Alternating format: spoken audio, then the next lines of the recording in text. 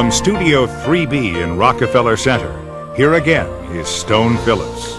You see them everywhere these days, those very popular, very expensive four-wheel drive sport utility vehicles. They've got a reputation for being rugged.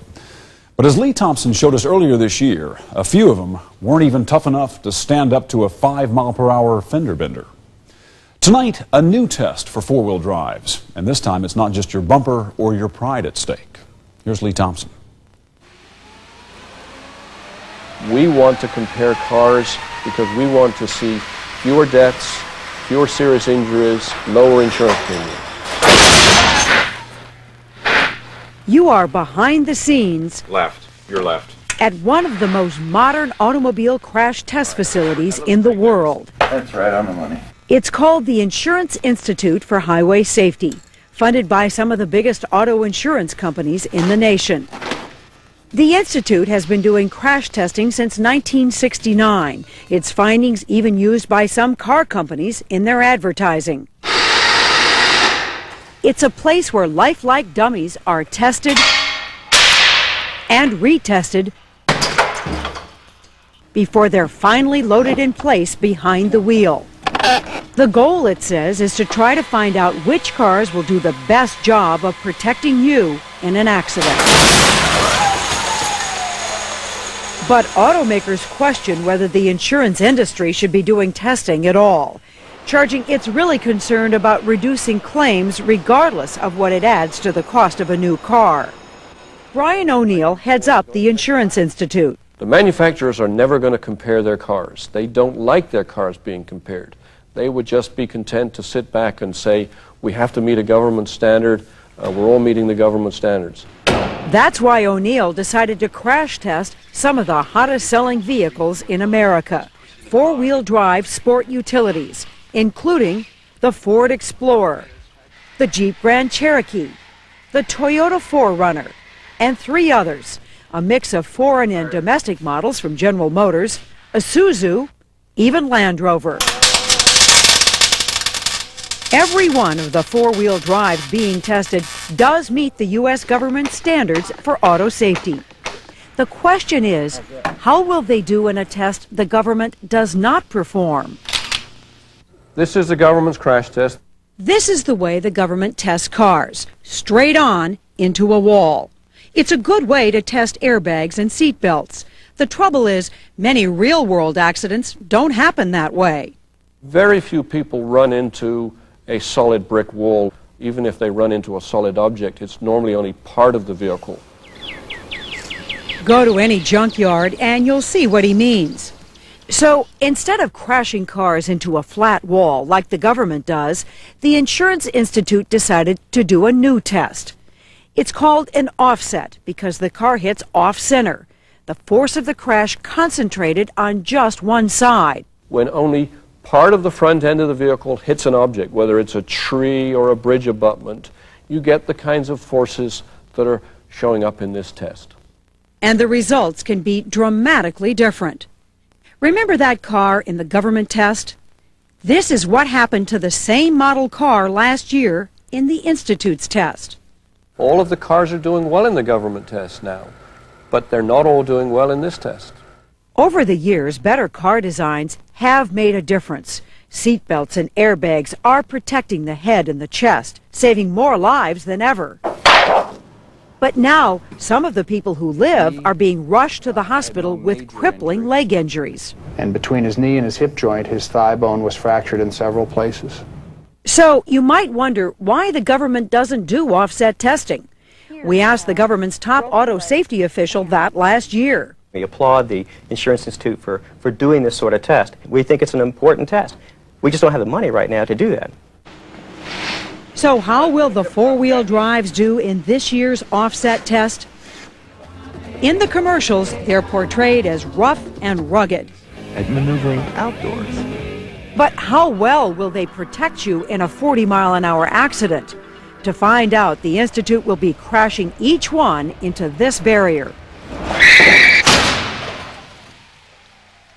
Before each test, the dummies are precisely positioned. A special grease paint is applied, different colors for different parts of the body.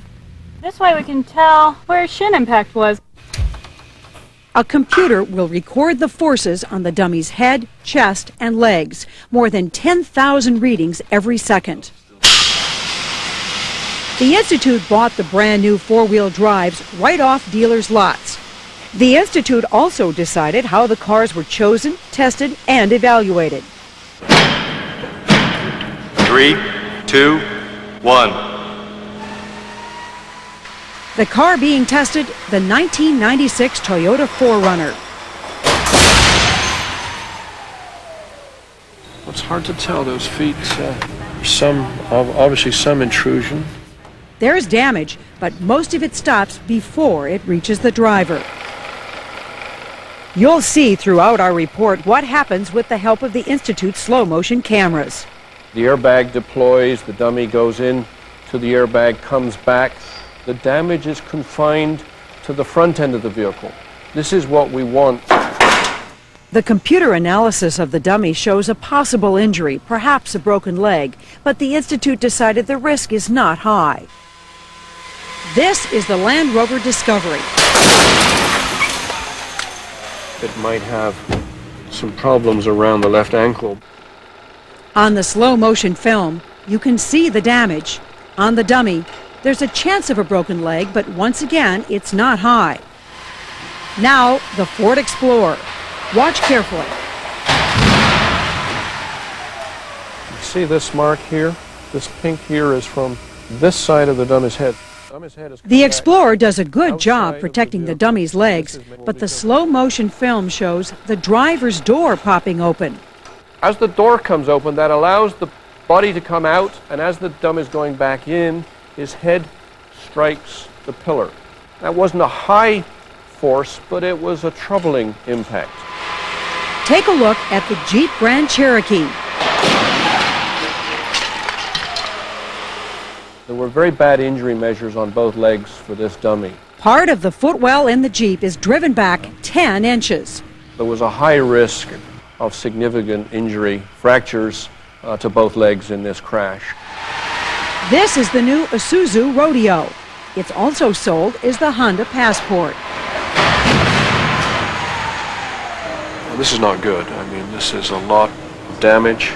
Major intrusion then in the foot area. Inside the Isuzu, the footrest has been driven back 15 inches, the most of any. Let's see what happened to the leg. And at the computer, the dummy readings are not good. As you watch the slow motion, remember the Isuzu is traveling the same speed as the others, 40 miles an hour. Look at how much damage there is. It's collapsing. It's actually totally collapsing. How badly is this dummy hurt? At a minimum, very serious leg injuries, fractures, probably multiple fractures. And there's another test. This is the Chevy Blazer. It looks pretty bad. There's a lot of intrusion in the footwell area. The footrest has been driven back 13 inches. But in a test where broken legs are usually the most serious injuries, there is concern about this dummy's head. Major problems in this test. You will see how much violent movement there is. The dummy's actually looking back up at you. Remember, you're watching this car at 40 miles an hour. The dummy goes into the airbag, comes back, hits that window frame so hard there's a dent left. That is all happening because the structure around the dummy is collapsing. Although the computer readings indicate no serious injuries to the chest or legs and no life-threatening injury to the head, O'Neill says the dummy's head hit hard enough to cause a concussion. We have not seen bad head injury results like this vehicle in any of the other vehicles. If you have never seen this before on another car or four-wheel drive vehicle, is it possible that it's just a fluke? It's never a fluke in a crash test when a dummy records high measurements. The structural collapse of this vehicle will happen over and over again. It's a function of the design. The precise movement of the dummy may not be repeatable, but if you run this test over and over again, the structure will collapse in similar manners. But automakers, citing this report for Congress, say one test may not be enough to really judge a car. The Insurance Institute counters that it tests the same way the government does, one test for each vehicle model. Every manufacturer declined to be interviewed, but they all wrote letters defending their four-wheel drive, saying the test was too fast. The results were misleading because they ignore real-world crash data. And they all say they have been working hard to improve safety. Ford even sent this video showing the Explorer in a similar but slower crash test where the door stayed closed. Ford says it's never popped open before in a test. Dateline asked General Motors to release any films of any offset tests it had done on the Blazer. GM declined, but sent this letter saying, it's important to consider a broad range of accident modes, not a single test. That redesigning cars to improve leg protection could have negative consequences for the protection of the head and chest. And that even in this test, the injury readings were all within the allowable government standards. GM also criticized the Insurance Institute for its, quote, stage crashes. And it criticized Dateline for helping the Institute to select, quote, the best camera angles to achieve a dramatic pictorial effect. In fact, before Dateline was invited to watch the tests, the Institute had already established its test procedure, including the number of cameras, their position, and what they would shoot. Only then did we set up our own cameras. The Institute invited not only Dateline, but manufacturers to observe, and met with them about test procedures and the results. These tests, in my opinion, are misleading to the public because they don't relate to the real world. George Parker represents the International Association of Automobile Manufacturers. For injury, for damage, and for fatalities, these vehicles have a better record than other vehicles on the road. Parker and the automakers point to the insurance industry's own statistics, which show overall four-wheel drives fare better than average in real-world accidents. These are large, heavy vehicles. They're most likely crash partners, something lighter and smaller. Most people think that if you have a rough, tough, heavy vehicle, that you'll be safer. True or false? Only parts of that are true. Rough and tough do not equal safety. The Institute agrees that in a head-on crash between two cars, a heavier vehicle usually does have an advantage. But O'Neill says these tests show that in some accidents, like hitting a tree or a concrete barrier, a heavy four-wheel drive may actually offer less protection. Our top-rated passenger cars would fare better than this group of utility vehicles. Even though these four-wheel drives are heavier. Weight makes no difference when you're running into something rigid. But the car makers say most accidents involve two vehicles colliding. Even so, the Insurance Institute wonders why car makers can't build four-wheel drives to protect passengers in both full frontal and offset tests. And why one four-wheel drive can look like this, while another one looks like this in the same test. Should the government require all vehicles to pass both tests, especially when the automakers have already proven they can build cars that do well? Last year, the Institute gave the Chevy Lumina, the Ford Taurus, and the Volvo 850 good ratings. But this year it says none of the four-wheel drives deserve high marks.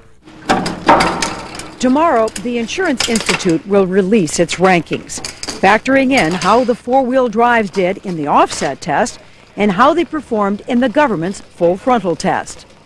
The Insurance Institute rates three of them as acceptable: the Toyota 4Runner, the Land Rover Discovery, and the Ford Explorer. One is rated marginal, the Jeep Grand Cherokee, and the Institute rates these four-wheel drives as poor: the Isuzu Rodeo, also sold as the Honda Passport, and the Chevy Blazer, also sold as the GMC Jimmy, and the Oldsmobile Bravada. The auto industry disputes those evaluations. I think they ought to look at the real-world experience of these vehicles, which is very good. And knowing that, that's more important. There's thousands of crashes, millions of miles, millions of vehicles against 6 crash tests. And this reminder, a point on which the insurance industry and the car companies agree. And every test, the injuries could have been much worse without seat belts and airbags. The Insurance Institute says two other popular four-wheel drives, the Nissan Pathfinder and the Mitsubishi Montero, were totally redesigned for 1996 and hit the showrooms too late to be included in this round of crash tests. But the Institute does plan to test them later this year, and we'll tell you how they do here on Dateline.